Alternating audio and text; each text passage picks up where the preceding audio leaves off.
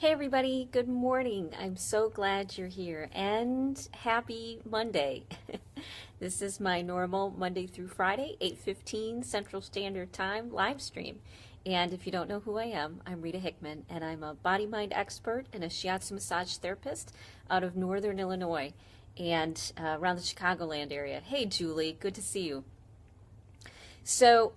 My topics tend to be mainly body mind sorts of things based on a lot of information that hasn't been out there. For the last, I don't know, couple decades, our focus has been on changing our thoughts or on using medication in order to handle our anxiety. And we haven't really gone back to many of the older ways or more of the ancient traditions or how the body actually works. Hey, Barbara, good to see you.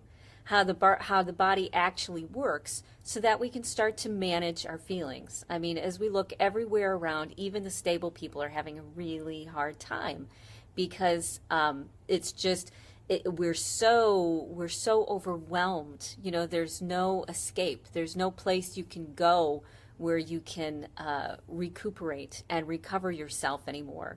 And it's not even encouraged because we're encouraged to do more and be more and achieve more.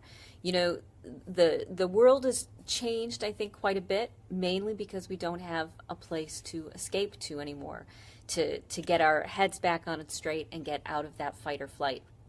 So this whole week we're going to be talking about finding inner peace in an anxious world, and not just the self-help, change your thinking, isn't life beautiful sort of thing, but actual boots on the ground, in the trenches. How do you take that felt sense that you have, that knot in your stomach, or the headache at the base of your, at the base of your head, or the tension in your shoulders, or the low backache?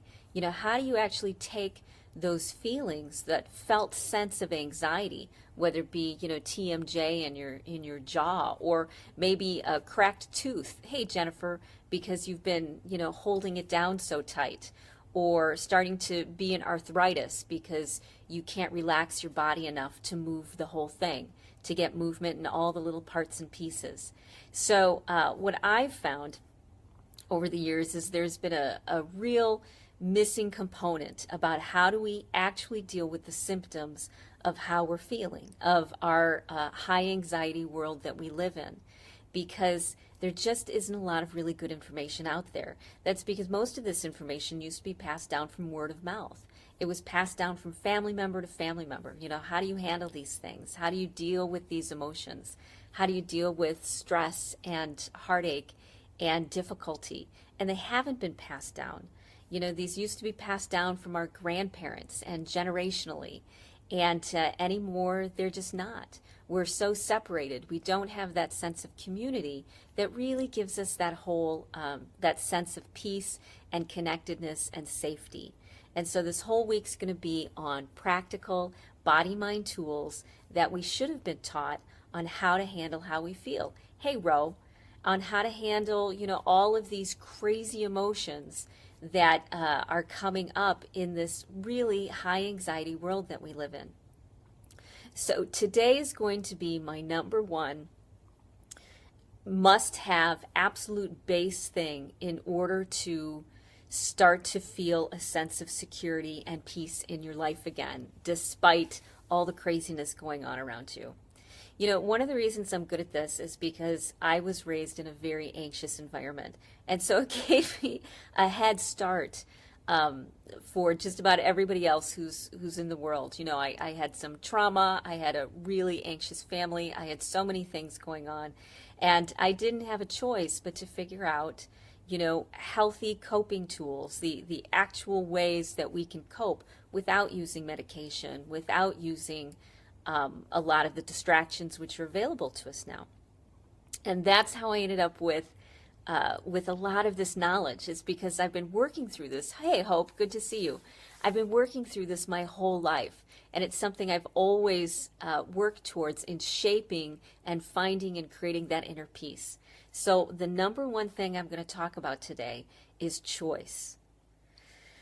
We're taught and we're trained anymore that we have no choice, that what will make us feel better is something we have no control over. Hey, Christine, good to see you. That it's how people treat us or a situation that we're in. Now, I'm not saying you problem solve everything, because when you problem solve things, your mind starts to go a little bit crazy. It's like being told to meditate when you're stressed out. Your mind just won't shut down. So you really can't problem solve when you're in a place of fight or flight, because you're in a very emotional, anxious place. But what you can do is tell yourself you always have choice. Hey, Melanie, when I am at my highest level of anxiety, when I am most stressed out, when the knot's there and the jaw's tight and the shoulders are tense, hey, Julie, and all of that's going on, the one thing that will always keep me from falling over an edge is that I have choice. I might not know what that choice is. I might not know, I might not be able to figure out how this is a choice. But my father-in-law said something to me when I was 20, and it helped shape my adult life, which is for every situation we have at least 10 options. And I added, they might not always be good. In fact, a lot of the options are bad. But what that does is it gives you your choice back. You say to yourself, well, if this happens, I can always run away. I can hide. I can blow up. I can have a meltdown. There's a number of things that I can do which will make me feel better. I am not trapped in how I feel right now. I may feel like I'm trapped. There's a part of me that thinks I'm trapped in this anxiety and these physical felt senses of how I feel. But at the base of it, I always have choice. And when I know that, deep in my gut, and we all know that somewhere. We just get distracted and we forget about it. But when we know we've got choice somewhere, somehow, it starts to pull our anxiety back. It starts to make us feel safe again, and it empowers us. Even when I was a kid and I was going through difficult trauma and difficult situations, the thing that kept me relatively level in a lot of things was I had choice to disassociate. I had choice to escape my body and not pay attention to it. I had choice to distract myself with something else. But the core of this was, even though those aren't really great coping mechanisms, but what it did teach me was that I am never, ever trapped. No matter how trapped I am physically, I'm never trapped in my mind. I can always find some place to go in my body. I can always find something that I can do, either a distraction or when I used to have migraine headaches, I would find the part of my body that didn't hurt, and that's where I would put my focus. And it didn't take away the pain, but it made it bearable, or I could sleep, or I could walk, or I could cry, or even pee myself. I could do that too. All of these things, believe it or not, are choices. And they're not necessarily great choices. But what they do is they give you back that sense of power. And all you need to do is start to have momentum. You start to need to feel like you have choice or power in just one thing. And then you're able to find choice and power in the next thing, and the next thing, and the next thing. It's about getting our mind out of being out there in the world of how can I fix this? How can I fix this? And being in that crazy space and realizing there is something I can always do right now that will make myself feel better. Always. There's always something, whether it be going out into the cold, into a different temperature. When I'm super stressed, I roll my windows down, even in the middle of winter. Or I go outside without my jacket on or without my socks on because the temperature change will make me feel better. Or I'll drink water because the water and the hydration will make me feel better. When you realize at the end of the day, no matter what you're feeling, no matter what you're going through, you always have some choice. And according to my father-in-law, you always have at least 10. When you start listing off the 10, when you start coming up with even bad choices that you have, it gains that momentum. It starts to pull you back into your center.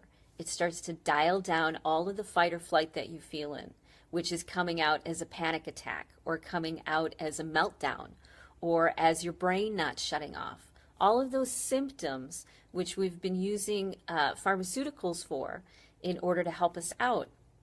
Those are good tools too, but we always have tools. We are never, ever, ever trapped. So if you can remember that and anchor that in some way, that no matter what you're going through, as difficult and as uncomfortable as it feels, as much as your stomach is knotted up and your guts are all screwed up and your head's all screwed up and your body's all screwed up and your heart's beating too fast, if you can anchor and remember, even this is a choice. I have choices. Knowing that you're not ever trapped and that you always have some power, no matter what age you are, even if you were an infant, even if you were an infant in the crib dealing with stress or pain or anxiety, you had options. Your options, as I said, you could pee yourself, it would make you feel better. You could cry, it would make you feel better. You can cry silently, it will make you feel better. You can disassociate, it will make you feel better. We all as human beings have natural ways to protect ourselves and to save ourselves even when we feel most uncomfortable, even when we feel most stressed and anxious. We have this survival mechanism in us that says, I will only allow me to feel so much and no more. It may be more than we think is possible. It may be bigger than that, but we do have a threshold. And when we reach that threshold, certain things will kick in order to make ourselves feel better.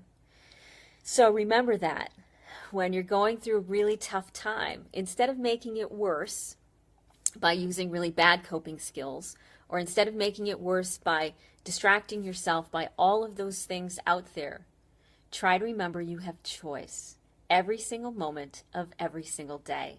And if you do that, you will start to feel better. If you do that, you will start to gain momentum back in your life and bring your power back. And then you'll be able to shape a life and a world that looks like how you've always wanted it to. Okay? So that's it for today. I'd love your comments, your love, no matter where you're seeing this. If you could, say something below, say hi, send a heart, anything would be great, because we need to keep this momentum going of this tribe. And when you give back to me, it gives me the motivation and the inspiration to keep showing up and to keep feeding this wisdom into the world. Hey, Kathy, great to see you, because this is really important stuff that hasn't been passed down, and nobody's been telling you, and nobody's been teaching you. Hey, Angela, great to see you. Nobody's been teaching these things to us as we've been going down, as we've been living our life. And it's time we brought this wisdom back into the world, because it's so desperately needed. How to handle how we feel in a really practical, no-nonsense, boots-on-the-ground way. Not in some wiggy metaphysical way, but in a way that actually works and makes you feel better, okay? So today's mantra is choice. No matter what, no matter where you go, you have some choice somewhere. Hey, Carla, great to see you. So I hope you watch the replay of this, because I think it's got some great foundational information. And I will see you tomorrow morning. The whole week is on dealing with finding inner peace in our anxious world, okay? Have a great day, and I'll see you tomorrow. Bye.